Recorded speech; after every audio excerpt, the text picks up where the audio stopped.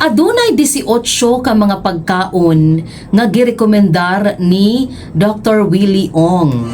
Mga pagkaon ni siya nga pampaniwang 18 ka buok ug naapoy 7 nga mga pagkaon nga makapatambok. Kinaaman pud ko'y mga ubang tawo nga nagka-problema pud unsaon di pagpatambok, ma'am. Ay ambot ka naglisod gani mig.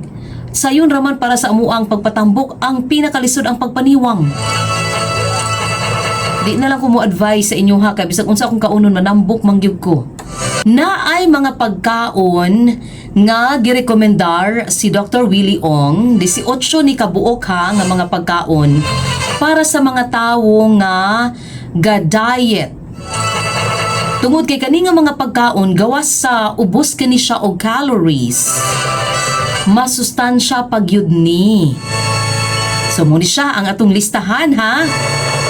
Number 1, gulay o insalada. Insalada ka ng gulay nga gi-salad.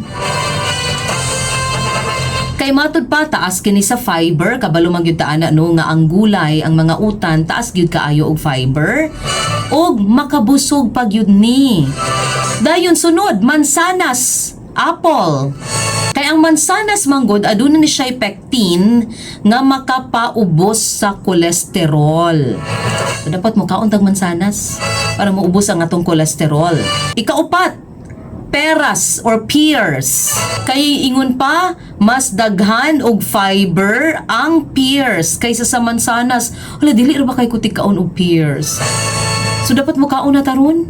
Kaon na tag pears or peras. Ikalima, itlog. Mas maayo nga akong gusto ta mag-diet, itlog na lang atong kaunon sa pamahaw, dili na ta mo kaog kanon. Ikaunom, saging.